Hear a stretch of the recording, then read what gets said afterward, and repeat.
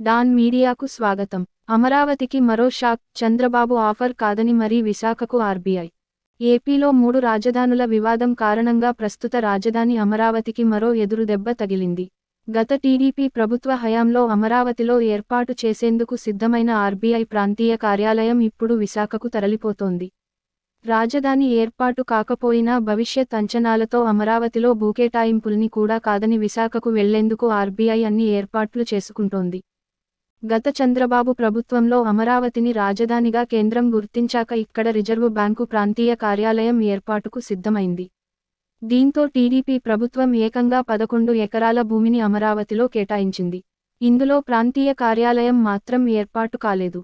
ఆలోపు ప్రభుత్వం మారడం, వైసీపీ ప్రభుత్వం అధికారంలోకి రావడం, దాంతో పాటే 3 రాజధానులు తెరపైకి రావడంతో ఆర్బీఐ డైలమాలో పడింది.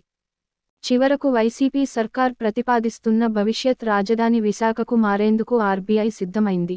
విశాఖలో తమ ప్రాంతీయ కార్యాలయం ఏర్పాటు కోసం భూమి లేదా భవనాలు కేటాయించాలంటూ ప్రభుత్వాన్ని కోరింది.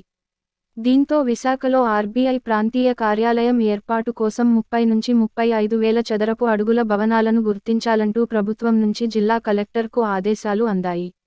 ఇప్పుడు ఆ భవనాల అన్వేషణలో అధికారులు బిజీగా ఉన్నారు. మరిన్ని వార్తల కోసం మన డాన్ మీడియా ఛానల్ను సబ్స్క్రైబ్ చేయండి, మరికొందరితో చేయించండి. ధన్యవాదములు.